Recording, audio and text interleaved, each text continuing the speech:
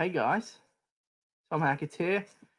Tuning in on a Sunday evening from the comfort of my couch.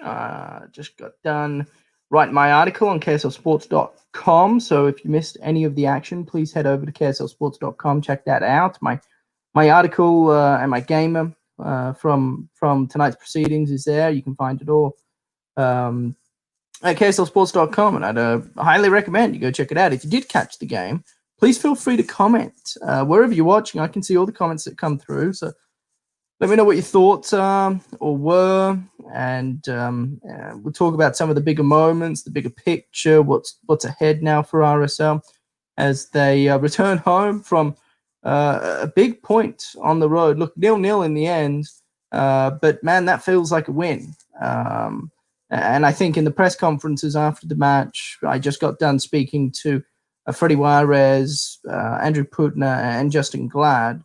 You certainly got the sense that they also felt like the team picked up 3 points as opposed to one this evening. First half, pretty stale.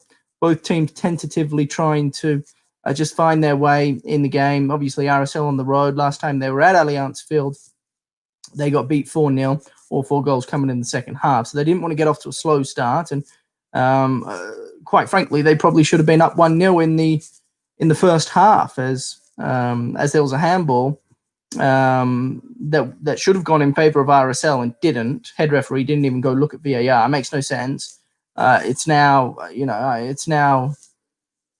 what's that? Back-to-back games where VAR probably should have been used in favor of RSL, but wasn't. So who on earth knows what's going on there? But I mean, the ball clearly hit the Minnesota's centre back's hand. His hand wasn't anywhere near his body. I just can't wrap my head around that. I watched Tottenham play this morning against Newcastle, and they end up conceding a penalty in the 95th minute because Eric Dyer's hand was as far away as the Minnesota centre back's hand was this evening. So, look, I know they're two different leagues, and please don't have a go at me for bringing up the Premier League. But nonetheless, halftime 0-0. Second half full of action, back and forth. It looked crisp, sharp.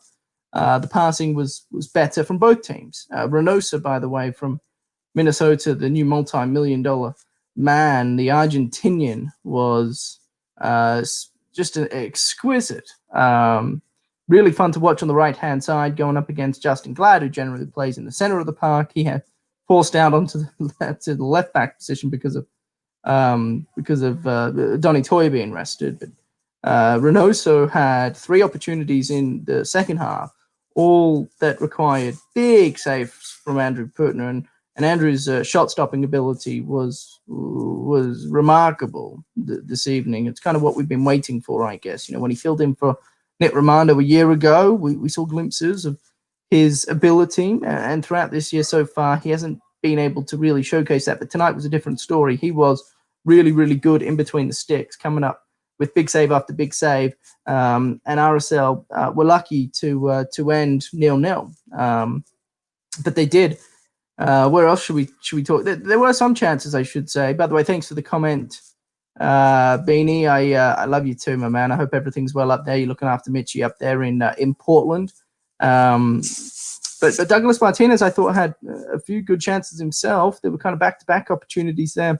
In the midst of all the Reynoso chances at the other end, I just felt like Douglas Martinez kind of hasn't played much football in a while. He's been battling some injuries and all that, and he just looked a bit rusty. And I think that's what we'll put some of those missed opportunities in the second half down to is just a bit of rust. And in a couple of days or weeks' time, whenever it may be, when those opportunities arise again, he's the sort of goal scorer that just finds the back of the net. And he showcased that last year at the Monarchs level, scoring 17 goals in 32-odd matches or something stupid. So he knows how to score. That's what he does for a living. It's his bread and butter. And tonight he was just off, which was unfortunate. But there were some chances from RSL in that second half. It felt like predominantly one-way traffic, though. Minnesota were on the attack and had RSL on their heels. So, again, it was one of those points where you walk away as an RSL fan and you say, I think all things considered, Justin Glad playing left back, Allianz Field, pardon me, you'd have to put that down as a win for RSL, and they're going to get on the plane head back to Salt Lake City this evening and feel pretty good about themselves, I imagine. So, it's exciting. And my philosophy in Major League Soccer as well, while I'm at it, is you pick up 3 points at home, you do everything you can to pick up a point on the road. You're asking for 3 points on the road in Major League Soccer, especially in today's day and age where you have to travel the morning of, return that night. I mean, it's just chaos and makes life incredibly difficult for these players to be able to find the energy, the motivation. No, I shouldn't say motivation, concentration to sustain 90 minutes of football. But RSL were able to do it tonight. That's all that matters. So now they have 7 days off.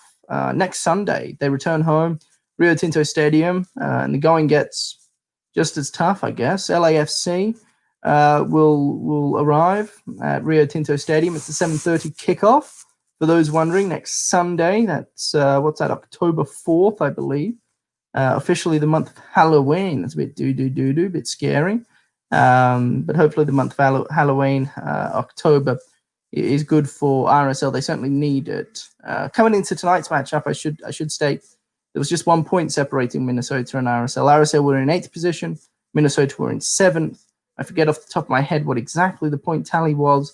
But there was only 1 point separating them. So nonetheless, RSL find, if anything, just a bit of momentum, knowing that you can go on the road in 2020 when you're having to leave at the crack of dawn and returning, home by midnight. You can actually go and achieve a result, which is very, very promising. So, my name's Tom Hackett. If you don't follow me, check me out on Twitter at Tom Can't Hackett, or you can go to Facebook at Tom Hackett KSL.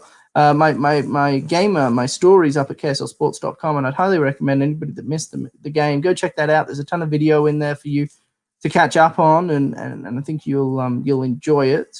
Kind of give you a breakdown of all of the action, how it played out, and of course next week I can't leave here without stating next week's game against LAFC.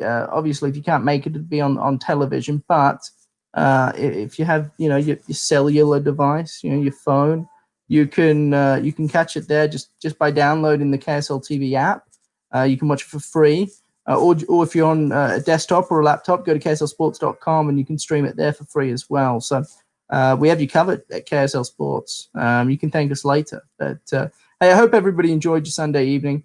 I should probably get back to the child and the family, as I could hear him screaming, a little 7-month-old, throughout that second half. So Mum's probably itching to throw him into my arms and say deal with him. But I love you guys dearly, and I hope you enjoyed the fixture, the matchup. And again, I'll be back, as I am every game, next Sunday, live from Rio Tinto Stadium, breaking down all things RSL as they hope to pick up 3 points, defend home turf against the formidable Los Angeles Football Club. But enjoy your week until then. Don't do anything I would do, and thanks for tuning in.